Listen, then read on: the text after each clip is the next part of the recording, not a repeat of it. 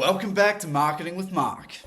Mark is sick today, so I'm your host, Flynn. Today, we're going to be diving into Real NZ and how they can use integrated marketing communications to better reach Australian visitors in partnership with Tourism New Zealand. I'm going to outline 4 key areas. First, the target market, communication goals, brand narrative, and their key message. Second, the range of content marketing tools available to Real New Zealand. Third, how those tools can be utilized for a growth marketing mentality.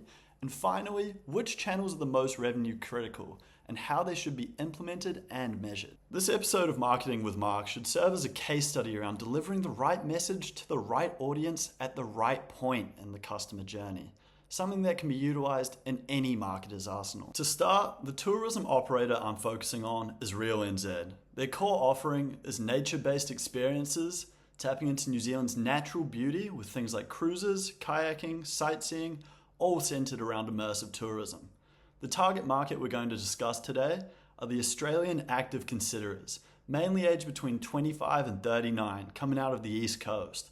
They're typically traveling as couples or in small groups, and they're drawn to New Zealand for nature, adventure, and cultural experiences. We all know the saying, knowledge is half the battle. Unless you're our target market today, these lot are already aware and considering New Zealand as a destination, but they haven't locked in their itinerary yet. So the challenge isn't awareness, it's influence. Real NZ needs to position itself as something that has to be included in that trip. That places this audience in the consideration to decision stage of the customer journey. So timing becomes really important. It's about showing up when they're actively researching, comparing, and building out their plans, not relying on foot traffic once the Aussies are already here. So from here, based on the research I did earlier on Real NZ, I've come up with 3 communication goals that I think can really get them across the line. It's a step-by-step approach, with each KPI elaborating on the former. The first is increasing consideration. This is about getting more Australian travellers onto the Real NZ website while they're actively researching and planning their trip. You'd measure that through a lift in Australian website traffic, aiming for a 15% increase over 12 months. The second goal is strengthening brand preference. The second goal is strengthening brand preference. This is less about reach and more about perception.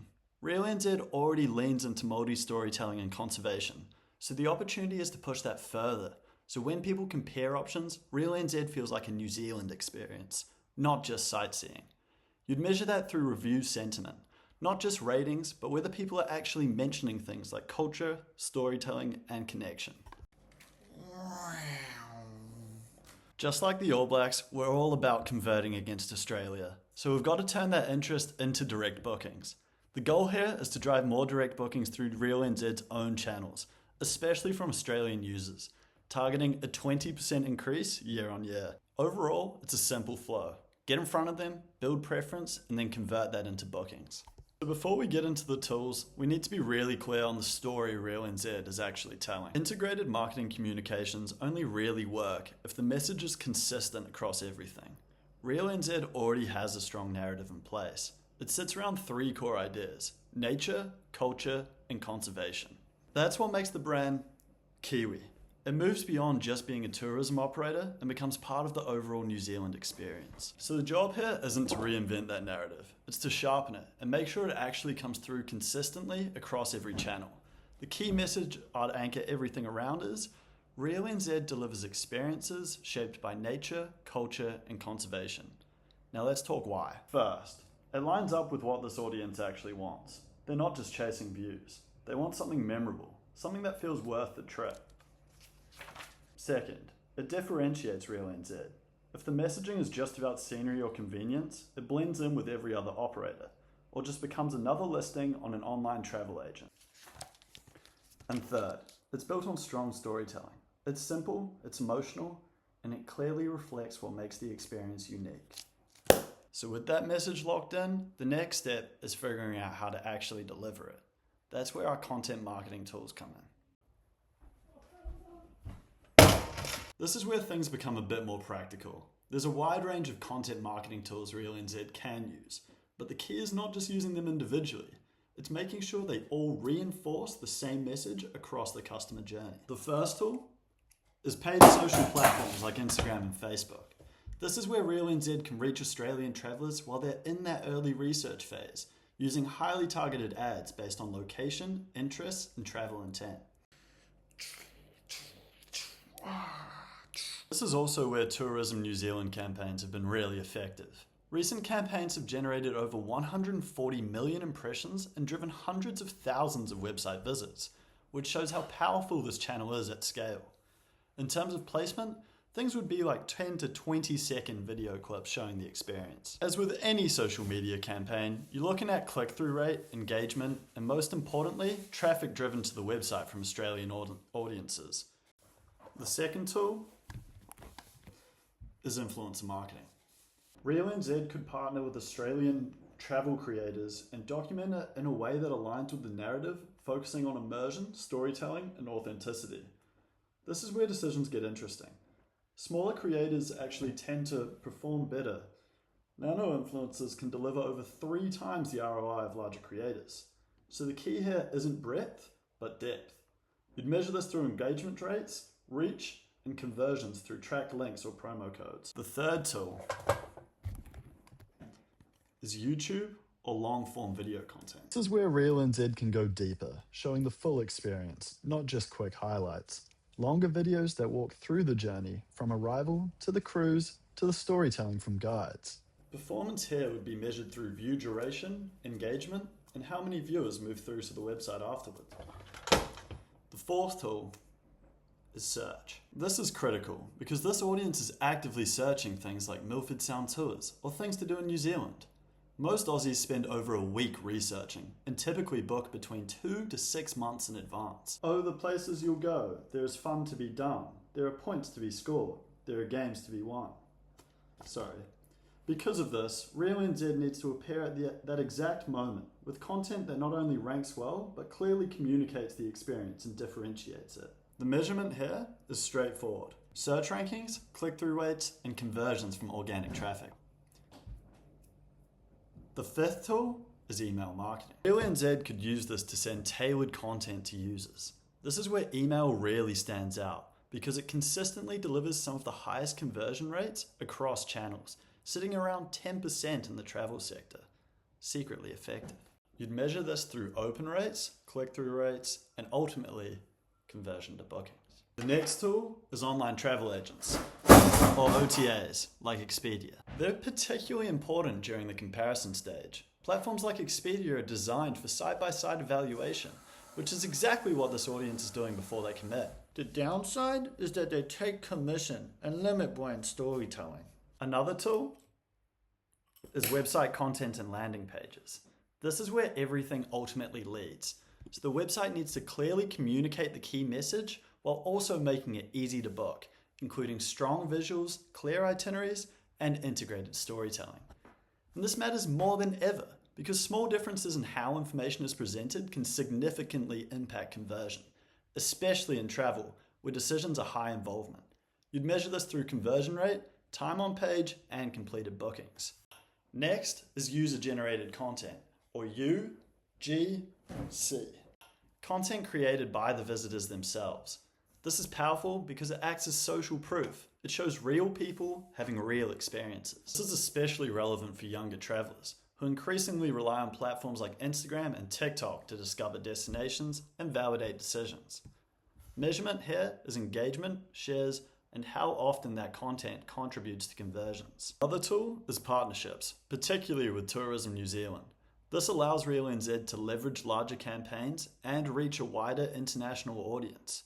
We've already seen how effective this can be, with Tourism New Zealand campaigns generating significant increases in both reach and visitor arrivals. Measurement here would be referral traffic, campaign reach, and contribution to bookings. And finally, digital audio, including podcasts and streaming platforms.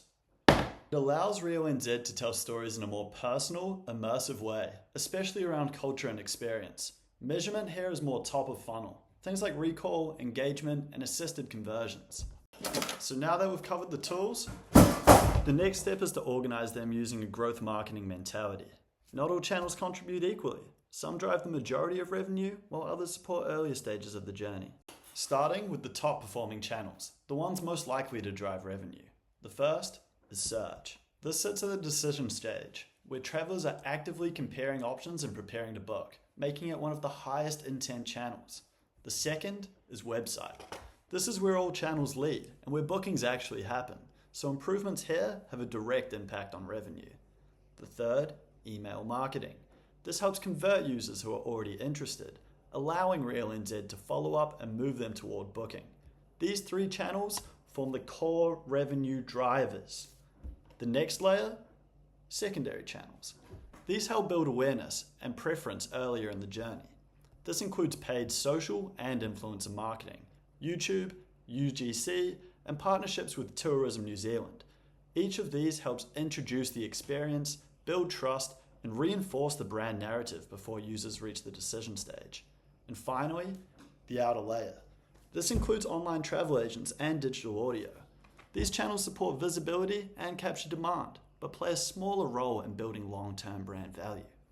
So overall, the high-intent channels drive revenue, supporting channels build preference, and outer channels reinforce visibility across the journey. So finally, we need to determine which tools are the most revenue critical and how they would be implemented. But before we do so, a quick word from our sponsor. What's up, guys? It's Mark from Marketing with Mark here. Are you planning a trip to New Zealand at the moment? In this economy? What are the odds of that? Who knows? Is what I would have said if it weren't for today's sponsor, Kalshi. With Kalshi, you can bet on virtually anything. Bitcoin price in 5 minutes? Sure.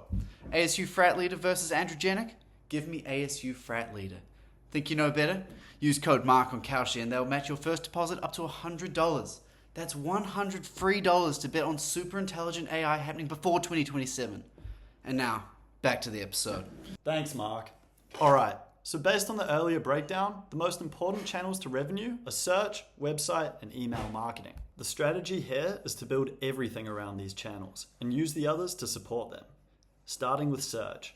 RealNZ needs to ensure it appears when travelers are actively researching and comparing options. This means investing in both paid search and SEO, with content that clearly communicates the experience and differentiates it from competitors. Next, the website. This is where the key message needs to be fully realized. Even small optimizations here can have a significant impact on conversion. And from there, the email marketing plays a role in closing the gap. If a user doesn't book immediately, RealNZ can follow up with targeted emails to re-engage them and push them toward booking. This is the core. Next, supporting channels. Paid social, influencer marketing, and YouTube drive awareness and interest, feeding traffic into search and the website. User-generated content and partnerships reinforce trust and credibility, and channels like OTAs and digital audio help capture demand and maintain visibility. In terms of measurement, success comes back to the original communication goals. Uno, an increase in Australian website traffic reflects stronger consideration. Dos, improved review sentiment reflects stronger brand preference. And tres, and growth in direct bookings reflects successful conversion. So overall, it's an integrated system. Much like the 2013 Miami Heat or your favorite Joker in Balatro, each channel has a role, but they all work together to move the audience from consideration through to booking. Now that's all I've got on RealNZ today. Hopefully they, or you, can take my advice and implement some successful strategies. Good luck, and I'll see you next week when we discuss, is wrestling alligators a viable strategy for short form content in today's media market? Tune in to find out.